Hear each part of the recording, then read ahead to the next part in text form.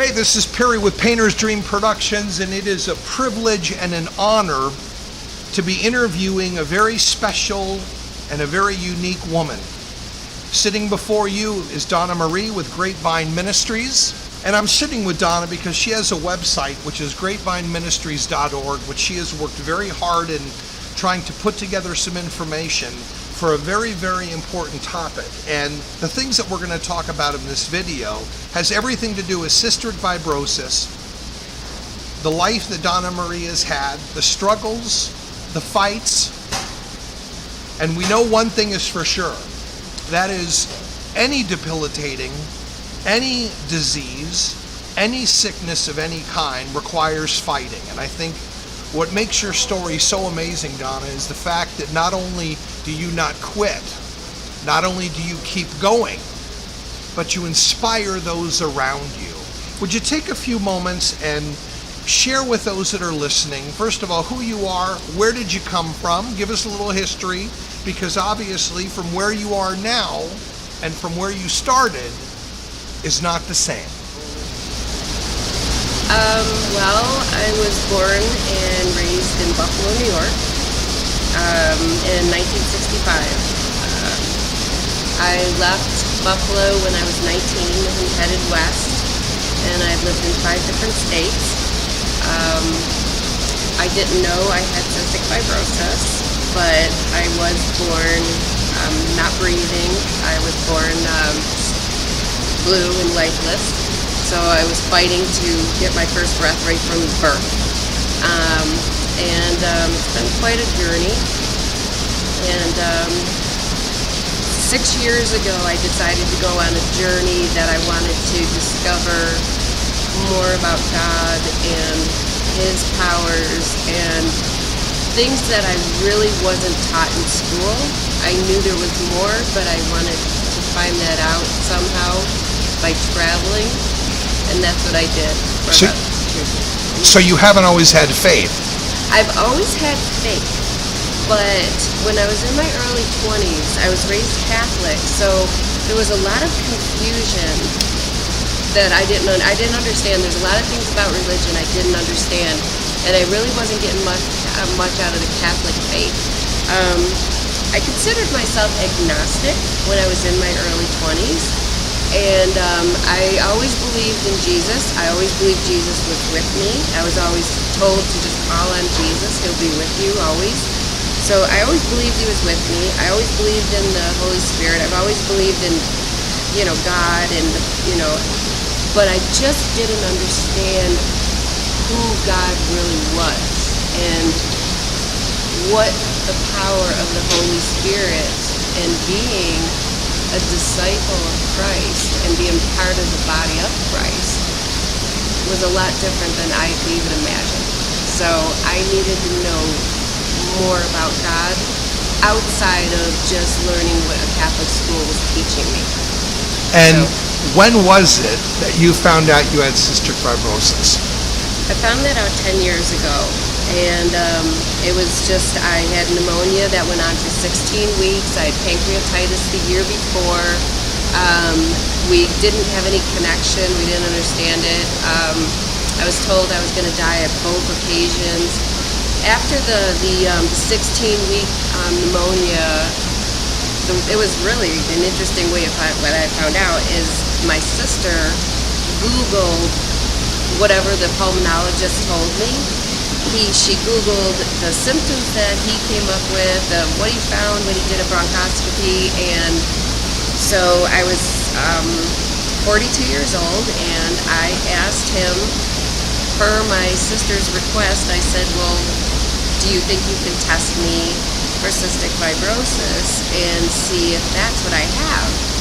And the answer was, you probably don't have that because you would be dead. Because people don't live past 40 or 38 at the time. And they tested me and then came back and told me that I did have it. And I was shocked, absolutely shocked. But at the same time, it made perfect sense of everything that happened in my life. From being born blue to the sinus infections, the tonsillectomy. I was the only one who had issues as a child, who was always sick. I had infertility. I had bladder issues. I had some procedures to open up valves and make them bigger. I was told my innards were very, very tiny. So there was all these questions about why were these things all different, and it made everything come right together and made sense. So it was a blessing in disguise. There was a lot of bad that happened, but there was also a lot of good, because actually my relationship with God got stronger, tenfold. Now let's talk about those around you, because obviously you didn't battle this alone, correct? No, my daughter and my husband were with me when I was, I've had support. I've had family support, but I've also lived away from my family since I was 19, so there's only so much they can do when they're in New York, and I'm in Florida, because I was in Florida when I found out. But they've all done as much as they could possibly do for me, considering, I'm not right there, and I can't live near my family in New York State, especially all year long, because the winters are so horrible that you live in constant pain and inflammation, and it's horrible. So they know that I can't live there, so they try to support me the best they can. Now, for those that don't know, what is cystic fibrosis? Okay, cystic fibrosis it's actually a pancreatic exocrine disease. I know they consider it like a lung disease, and they say it's pulmonary, but if you really look it up, you'll see that it's actually the exocrine system, which is the pancreas. The pancreas is the first affected. The lungs are ultimately what bring us to death because of pneumonia, or pancreatic cancer, or some other complication.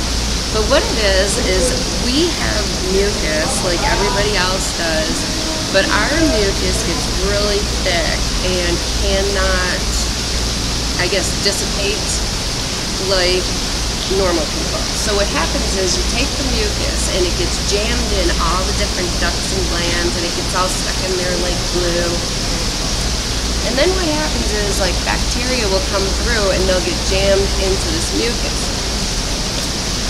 Well, then that mucus will go ahead and stay there, and the bacteria stays there, and before you know it, you have a sinus infection or a lung infection or a kidney infection or whatever, a bladder infection, because we have ducts and valves throughout our whole body. So I drink a lot of water. I try to drink a couple Gatorades a day to keep the electrolytes up.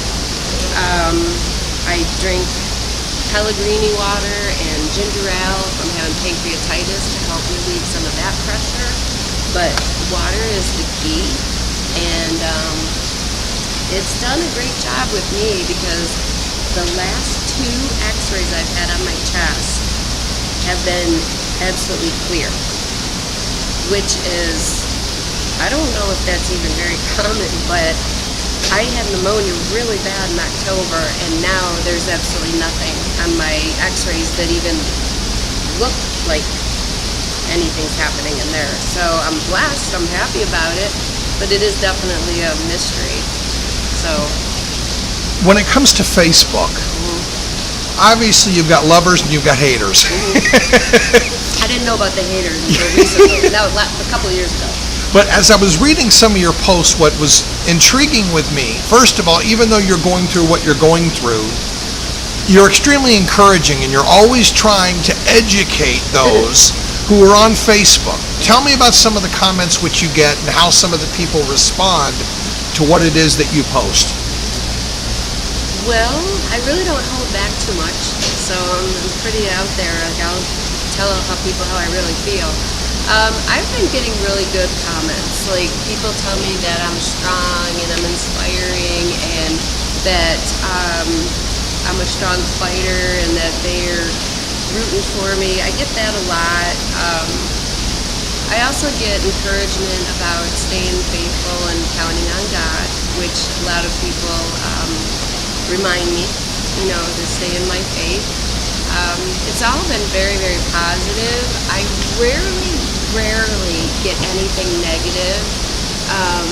There was a period of time where I was getting blasted with some negative comments and just little sarcastic things, but that was like 3 years ago, and that passed, and I don't know what that was about, but that's all gone, and I really hardly ever get anything negative. Not too often. Now, do you meet other people who have or have suffered from cystic fibrosis? I actually do. I try to. That's part of the ministry. Part of my ministry is actually traveling and visiting people that have cystic fibrosis or even another disability, because I know their situation. I know they're alone. I know they're fighting alone. And so I try to work it so that I can meet them. And I've met, I think I'm up to 7. And some cystic fibrosis people do not want to meet, and they don't even want to come close to each other because of the cross-contamination germs. We can, hurt each other with our bacteria, I guess. There's some rule about that. But yeah, I really do. I like meeting them. I like getting to know them, and it's been really fun. And they enjoy it too. So it's a part of the ministry to bring that brings hope, and that also, I think what that does is that shows that somebody really does care, and they really do care enough that they're going to come and see you. Actually, extend a warm friendship and a connection, more so than just seeing somebody on a computer. So it's just something I feel pretty strong about. One of the parts about your ministry that's very unique is your interest in giving back. Matter of fact, one of the things that when we first met and you told me about why you wanted to collect donations, it wasn't so you could buy a jet, it wasn't so that you could go buy clothes, it was actually had nothing to do with you and everything to do about those recipients who God was going to bring you.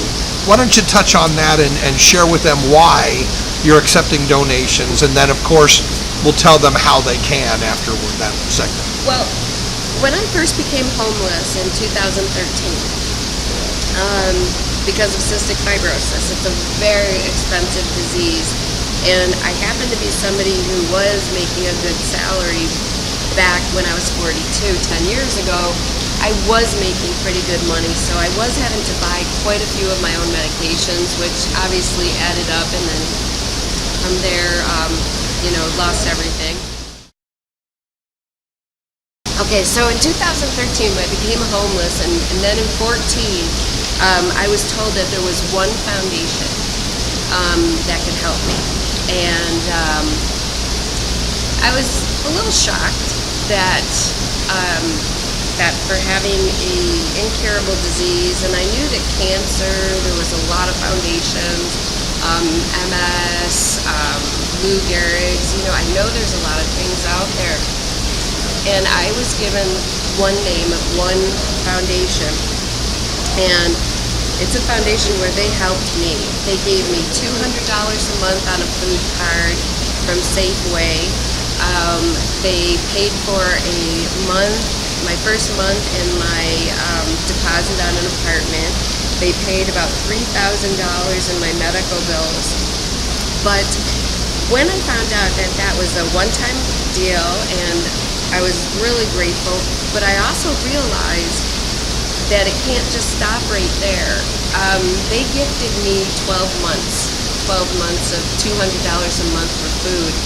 And I don't know if a lot of people know this, but as a single disabled adult, the maximum you can get in food stamps is $200 a month.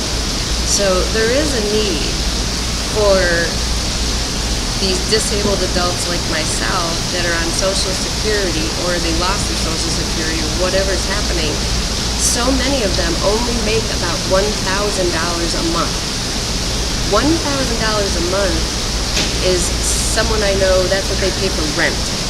So there is no money for food. There is no money to go to a gym. There is no money to go to yoga classes so that you can learn how to get stress-free and manage your disease a little bit better. So So when I went through all that, I realized that I'm not the only one in need. There's a lot of us. And I don't want to just keep the ministry just for cystic fibrosis. I do want to extend it to disabled adults fighting basically incurable diseases. And I'm very specific about that because, like I said, there's not a lot of charitable foundations out there. And every little bit helps. I had a lady contact me for her electric bill. She was going to get that shut. They don't give you a free month of electricity just because you have cystic fibrosis. You still have to pay for your bills. So they reach out and they need help for rent. They needed help. One man needed just some money just for food because it was around Christmas time, and he needed some food. There's so many in need, and so it's just an area that I didn't believe it was being looked at like other areas. So I just feel really strongly about proper nutrition. I feel very strongly about exercise and educating and sticking together and everybody looking out for each other. It's just something I really believe in. And when it comes to the exercise side of things, why don't we spend a few moments talking about some suggestions that you might have for those who might be struggling with that side of it? Well, the thing about exercise is you have to just do what you can do. And I understand that it's so hard on certain days to even want to get out of bed because you're just in so much pain. I really understand that. But if you can at least try to do 30 minutes of any kind of cardio, what happens is it's a natural way that your lungs will actually expand and open, and after you're done exercising and pumping those lungs, you should be able to cough pretty freely and easily, especially if you're drinking water and lubricated at the time.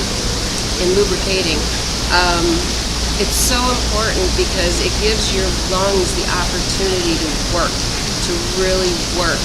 Besides just the inhalers that they have us do, and our nebulizers, the cardio is so important for not only the lungs, but mentally and emotionally, and it's just really important to just keep up with that. How about nutrition? Nutrition, okay, well, what's good for you and what's not? I mean, you've had to learn to listen to your body, obviously, so. Well, here's the thing. I know that sugar is bad because sugar is the breeding ground for bacteria. So the worst thing you can do when you have an infection or you feel like you're getting sick is to grab a candy bar, because that sugar is now going to feed that bacteria and you're going to get sicker or be sicker longer. There's things behind that. So I try to stay away from sugar. I'm not perfect. I do cheat and buy Swedish fish or whatever. So I try to watch the protein and and the greens. If I cannot get my greens while I'm on the road, I will buy the green vibrants and put that in my smoothies. What I found out is through all this is that if something really does hurt to eat, and you have to take 5 digestive enzymes so that you can relieve any pain from eating, like say that piece of Kentucky Fried Chicken or maybe a Whopper, those things I cannot eat because they will give me pancreatitis, but I also don't want to have to consume 5 or 10 pills to eat them. That's the option. You can eat that food, and I can eat that food, but I also would have to eat more digestive enzymes to consume it and to digest it. So I delete that kind of stuff. So I also deleted gluten, which was amazing because I was having bowel blockage after bowel blockage, and then as soon as the gluten was gone, that was gone. And so I try to get the vegetables and some fruits.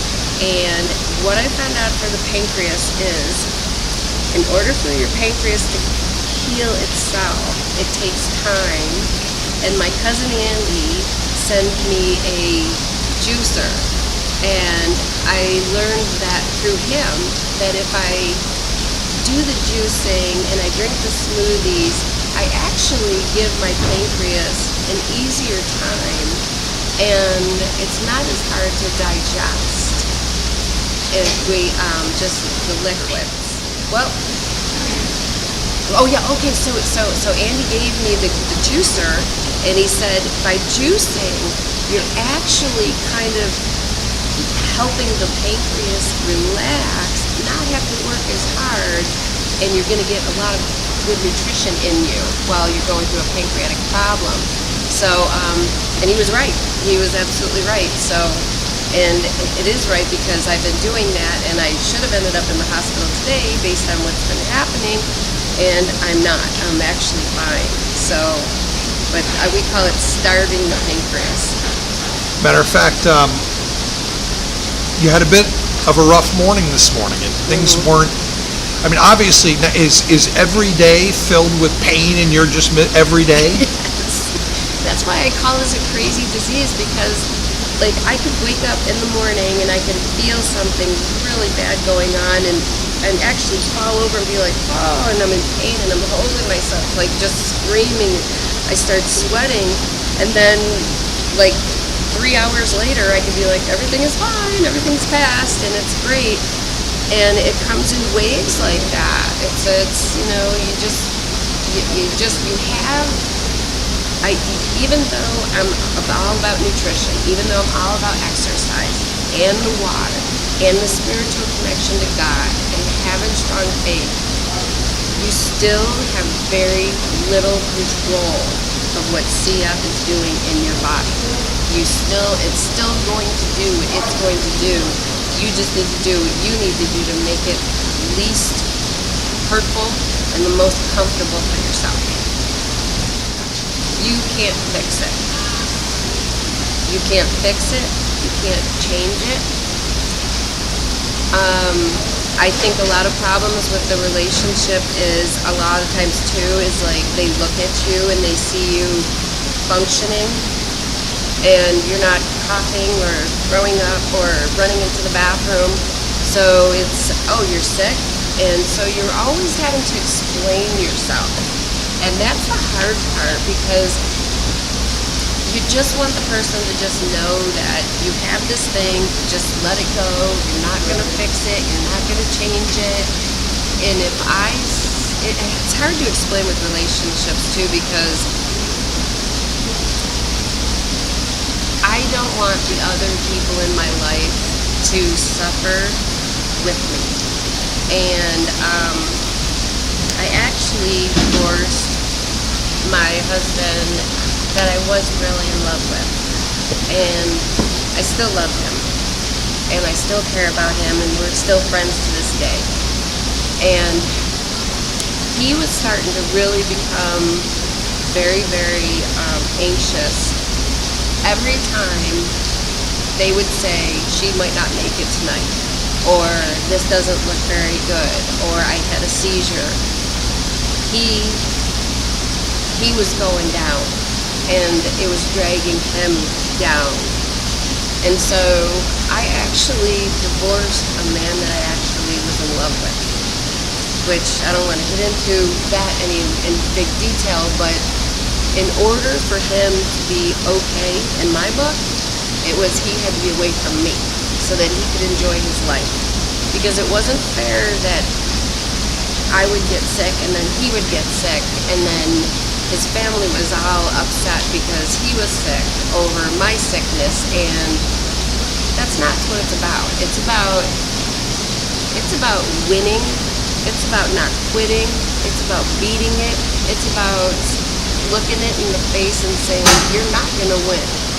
And if you don't have that kind of strong faith, and you don't have that kind of outlook, and you really don't have that, it's not going to work. You have to both be on the same page with that. I don't regret divorcing him, because I know that his life is a lot better than living with this up, down, crazy disease. And And I know that it's hard. It's really hard. And then the other thing too is like families have to live with this with you, and there's a lot of families that are tired, and my family's tired, and I don't blame them. They have a hard time with me being right there. Families look at that person like myself, and they're like, they don't know what to say or what to do, and they know that you're living with this, and it's just so hard because, again, it comes back to you can't fix it. You can't get rid of it. You can't do anything. You just have to accept it, and you just have to support the person. And the other thing, too, is like, you have to really be good with death. You have to be okay knowing that when I do pass, that I had a very happy life and very fulfilling life. And what I have noticed is that there's not a lot of people in my age group that have already come to terms in acceptance of death. They don't even want to think about it. They don't want to talk about it. But you have to have that reality, and you have to be okay with that. You have to be okay with the afterlife and know that there's nothing wrong with it. There's nothing wrong with appreciating that you're going to be going to heaven, and knowing that that's where you're going. There's nothing negative about that. And so, yeah, I know that there's a somebody to be with me, and I'm not going to give up on that. And people say I'm nuts because I've been married 3 times, but it's just different now. I'm looking to be with somebody who wants to do ministry, charity work, and they really honestly live and work for God and want to do what God wants them to do. So that's my goal, is side by side working with somebody that wants to do a charity together. Here's the thing I've noticed, like in my spiritual journey, I've noticed that everybody's on a different stairway to heaven, I call it. There's a stairway to heaven, and we have a spiritual growth, and everybody's on a step. Some people are on step 1, 2, 3, 4, 5, some people are on 8, 9, 10, some people are up there at 15. And what I've noticed is when I'm around people that are on the same spiritual level as myself, the energy in the room is amazing. And when you feel that, you know exactly what it is, that you know what it is you need and want and what God wants for you too. But it's an amazing energy. Okay, I'm not quite sure about this because I'm not sure of all the terminology, but all I know is humidity is horrible. Humidity, we're already sweating, constantly sweating. That's one of the things about CF. We don't even look like we're sweating, but we are. There were days that my arms were pure white, like white sand all over them when I was in Florida. And what that is that was dehydration. The sodium was coming out of me. So humidity is absolutely horrible. Below zero, freezing type buffalo type weather, absolutely horrible. Goes right through you, right to the bone, and there's nothing you can do about that one. You just have to grin and bear it, and the pain is unbearable. The best climate is the cool ocean breeze, the drier climate, and not high altitude either. High altitude makes it's harder for us to breathe, and we're huffing and puffing a little bit more. But yeah, it makes a huge difference. Weather is so critical, and just, let's see, I would say you don't want to go too dry though, like Nevada, Arizona, and Palm Springs. Those areas were really tough. They were way too dry. Way too much. I couldn't keep up with fluids when I was in those areas. But definitely, the ocean makes a difference, and there is a difference in the oceans. The cool ocean air is way different than the warm ocean air off the Atlantic. So when people say, what's the difference? Because I had heard that one. I'd be like, what's the difference? Water's water. No, there is a big difference. And there is something very healing about that ocean out in the Pacific Ocean. There's something very healing, because when I was walking along the ocean, when I had my dream came true and I was able to live in San Francisco, and I lived there for a couple of months, and it was amazing, and I was in perfect health. Every day I walked along the ocean, and I just felt amazing. And I didn't even feel like I was sick. But that was a dream come true, and I'm going to get back to California. That's the plan. I'd really like the ministry to thrive. I have people on the board of directors already, and we're all set up to minister and to help people. And the most disheartening part of what I've been hearing is, there's a lot of scams out there, and there's a lot of people that really, I don't know what to call it all, but I've been hearing a lot about this lately, that there's a lot of people that are just doing things that aren't really for the charity or something. And that's not what our charity is about. And I would just hope that they would give us a chance to show what we can do, and sending in their donations with the confidence knowing that somebody really is going to be taking this money and helping other people. This isn't any kind of scam. This is a real need. I have gone through the system, and even when I was getting my Social Security, which I'm fighting to get back right now, something that's really important for people to understand is I was on the Medi-Cal program, but it was called share of cost. So the first $1,000 per occurrence at the hospital was my responsibility. Even though I was only bringing home $1,500, it was set up so that I would pay $1,000 if I should go into the hospital once a month. That $1,000 was my responsibility on top of Medicare coverage. And the reason that I want the ministry to thrive so bad is because it shouldn't be, a guy making $1,000 a month should not only get $50 a month in food stamps. There's something wrong in the system, and because the system is broken, there's a lot of homeless people roaming around that can't even afford to eat or pay rent.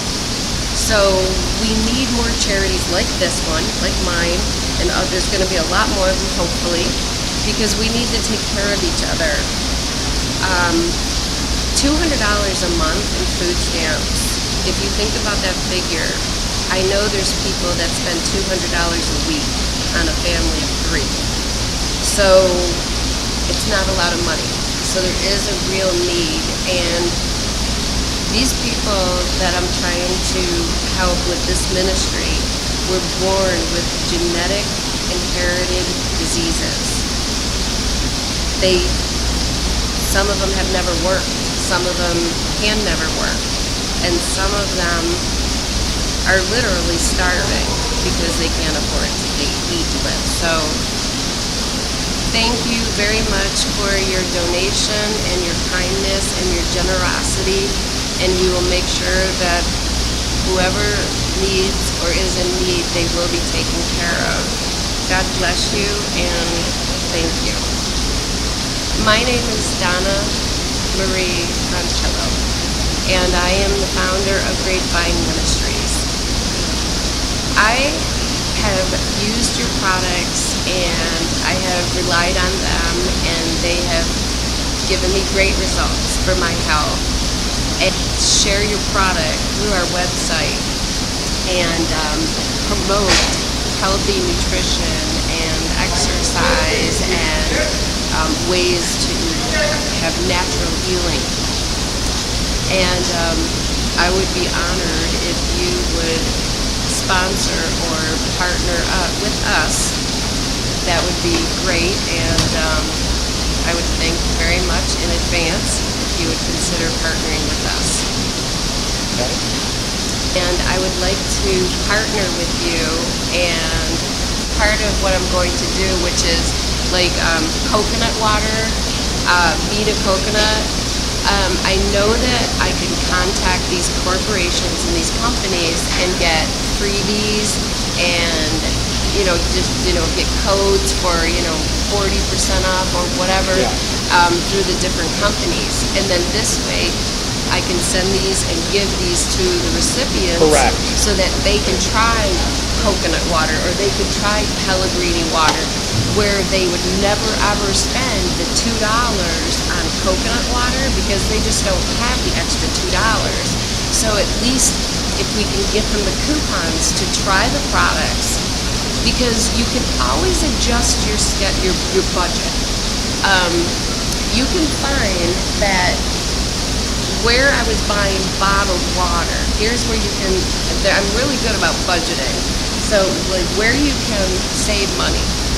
I was buying bottles of water, and it was costing a lot of money for bottles of water. So what did I do is I went out and I bought a Brita filter, and now I filter my water and I do it like that. There's ways to adjust your budget to fit things in that are really important. And if we can get companies to partner with us, give us some freebies, give us some discounts, pass those on to you so that you can try them too. That's the way I got started 10 years ago. Is I started writing to companies because I was buying cases and cases of things through Amazon. And I said, is there any kind of discount I can get? Because I'm buying cases of this. So they did give me some discounts. And so I would like to do that legwork for this ministry and give those blessings to other people too. The first person that we ministered to had lost his SSI. And I was in the hospital, and 501c was set up, and I got out of the hospital, and I said, let's go. We've got to go see Vincent. And there is nothing more rewarding than to help somebody with no expectations, to just give somebody help. And he didn't even ask for it. And we just went there, and to see his eyes light up with hope, and he was so happy that somebody wanted to help him, that somebody came out of their way, and that we came there to see him, and to see that hope restored, that's God working through us, working through me, working through the ministry. And there's no greater feeling. There's nothing that can top that. And so I would like you to be a part of this ministry. I would love for you to give donations and see other people thrive and have that hope that they lost at a time, and some people do. And to restore that and to see him now thriving, he's doing better. It's a long story, but he's doing great now. So yeah, that's my wish, is to keep that going. Do more of that.